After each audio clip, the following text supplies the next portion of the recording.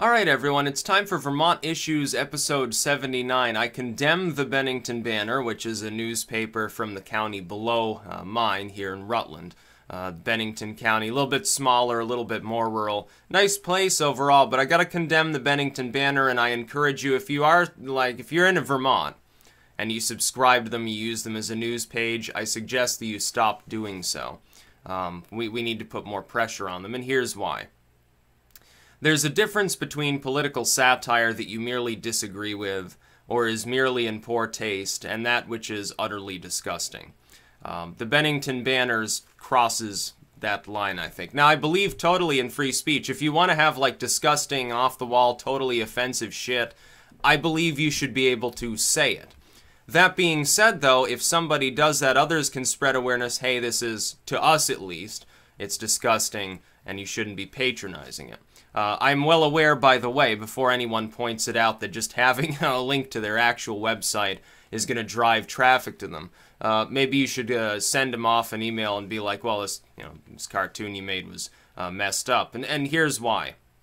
The cartoon they made didn't satirize culture. It didn't make some political point.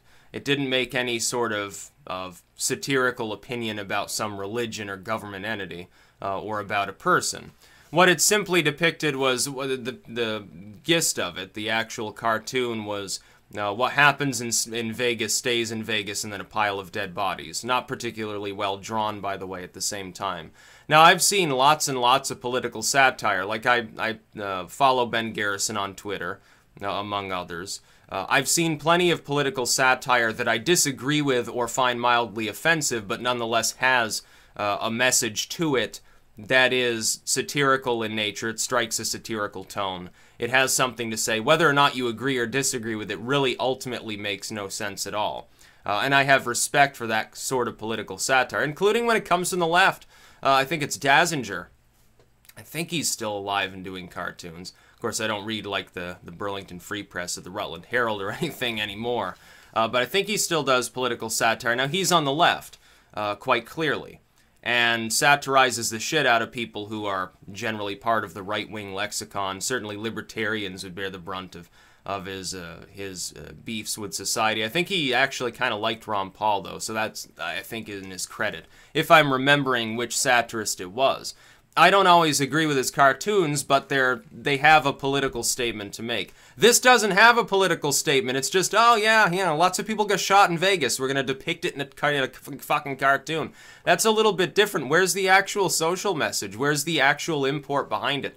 It's like, there's a difference between sort of the anti-PC segment of comedy and the talentless hacks of comedy that just mouth off, hide behind the former, but ultimately have nothing important or meaningful to say.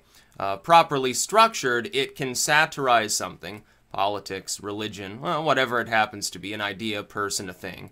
And it does so in a funny way that gets you thinking. And it can be totally non-PC and offensive to many people in delivering that message, but there's still something else to it. It's not simply going out of your way to be offensive, which I think this cartoon appears to have been. Because there's literally nothing else there. I guess maybe it was a vague gun control statement. You didn't make your point. That's the hallmark of a fairly poor satirical cartoon, I think.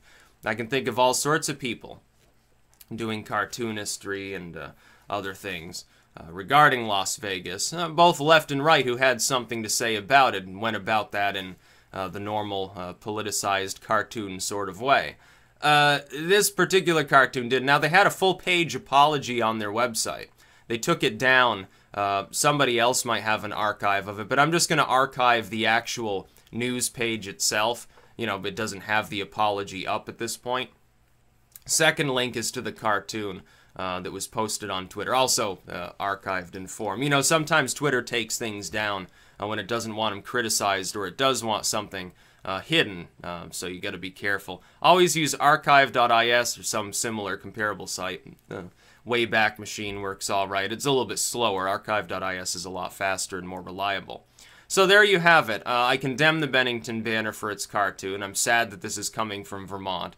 Now, so that Vermont, once again, in national news, what's it associated with? Something that generally pissed people off. That's about all. Peace out.